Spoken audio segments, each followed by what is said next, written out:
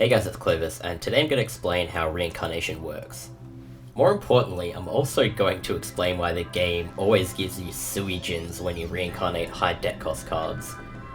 In the description of this video, you can find a list of cards that you can't get through Reincarnation, so any card that is not on that list, you can obtain through Reincarnation. I couldn't find a list of cards you could get in Reincarnation, so I just linked that one. So yeah, if you want to figure out what card you can get, just look through that list, and if the card you want isn't on there, you can try it and get it, as long as you know the deck cost of it. But before I go into detail, I'm going to state the basics for anyone who doesn't know what Reincarnation is. Basically, every 5 duels you have in the main game, including losses, you can reincarnate a card you own, and it will give you 3 different cards with a similar deck cost, provided they're not on that list that's in the description of the video. Your odds of receiving a spell or trap or a monster are determined by what card you reincarnate. So if you reincarnate a monster, your odds of getting a spell or trap instead of a monster are 1 in 5. So if you reincarnate a monster, basically 4 out of 5 times you get a monster card, 1 in 5 times you get something else. But if you reincarnate a spell or trap cards, your odds of getting a spell or trap instead of a monster increases to 40%, 2/5. So this is important if you're trying to get spells or traps, as you're twice as likely to get a spell or a trap if you reincarnate a spell or trap instead of a monster card. Alright, so I'm going to go through the steps the game takes when you reincarnate a card. This is legitimately how the game actually, like the proper process to the reincarnation. The first step is the game determines whether it wants to give you a monster or non-monster card. Step 2 is it decides the deck cost of the card it is going to give you, so here's where it gets a bit confusing.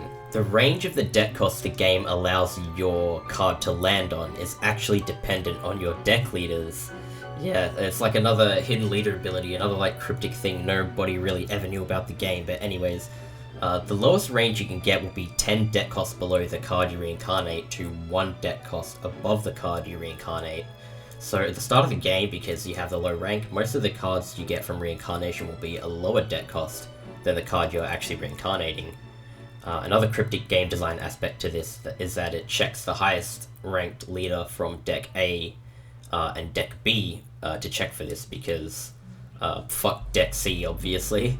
Anyways, on the contrary, if you have a high level deck leader in deck A or deck B as a deck leader, the range bottoms out at -1, goes all the way up to +10 deck cost higher than the card you reincarnated. So if you max out a deck leader, then you know when you reincarnate a card, you're gonna get something higher.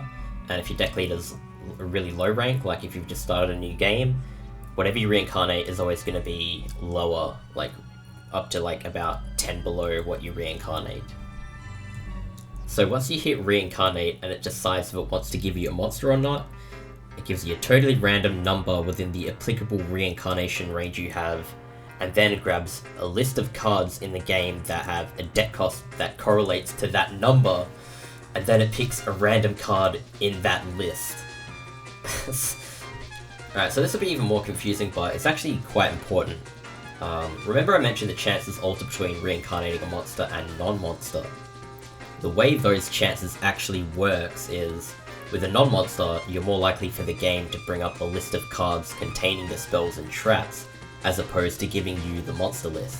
This is actually quite important, as you'll find, because there's monsters with virtually every deck cost up to 50, but the spells and traps only seem to sit at intervals at 5 or 10, with a couple exceptions at like 8 deck cost, but this is important when you're looking for certain cards, because if your deck leader level is super low and you reincarnate something just over 35 deck cost, then because of your like range being back to -10, you have a chance to get anything between say 36 to 25 deck cost.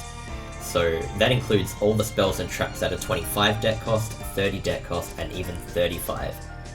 Whereas if you reincarnate a monster at 44 deck cost and you have like a few levels on your deck leader, and it only wants to give you cards between 40 and 50 deck cost, it will never actually give you any spells or traps, you know, even if you did reincarnate a spell. So yeah, just be careful with that sort of thing. There's no spells or traps between 40 and 50, so if you reincarnate something around that range, you're not going to get anything.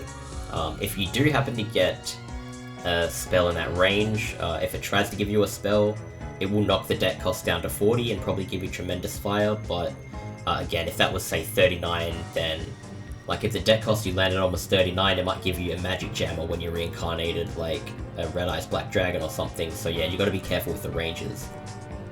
Alright, so now we're getting to the Suijin part. So what happens if it gives you a deck cost of, like, 61 or something? Like, there's no cards in the game with 61 deck cost, so the list is empty. So the game immediately drops that initially randomized number by 1 and tries to come up with another list. Luckily in our case, the list for 60 deck cost could include Diane Keto, the Cure Master, and Widespread Ruin. But what if the game wanted to give us a monster?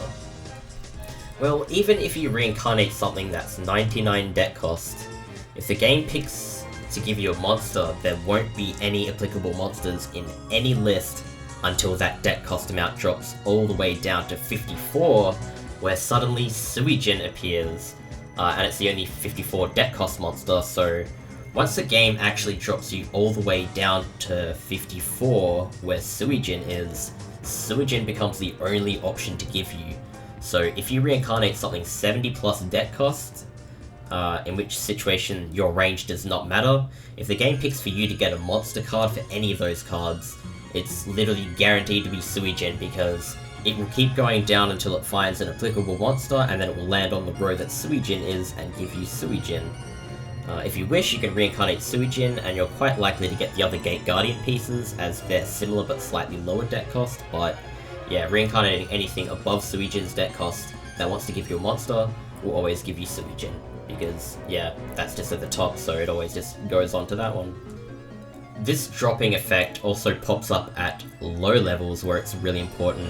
You'll find you get a lot of fake traps when trying to get rituals, but it's not because they're randomly generated from you landing on 5 deck costs. There's actually reason for this happening, and it's why you tend to get so many of them in comparison to the other 5 deck costs, like rituals and stuff.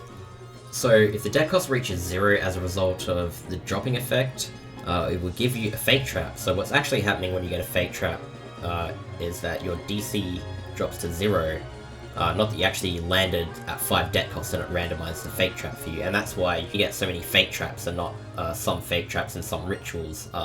That's why the ratio is so favored in fake trap. If you get fake trap, the most likely thing it's picked to give you is a monster, but the deck cost was 4 or lower. There's no monsters in the game that have a deck cost lower than 5, so it will drop from 4 down to 3, down to 2, down to 1, finally down to 0, and give you a fake trap. So yeah, I hope you guys found this information useful. Again, this information was actually found by a generic mad scientist, so I don't take credit for finding the information, but I will take credit for presenting this information to you guys in video form. Got you there. So, anyways, I'll see you guys in the next video. Hope you guys enjoyed this one.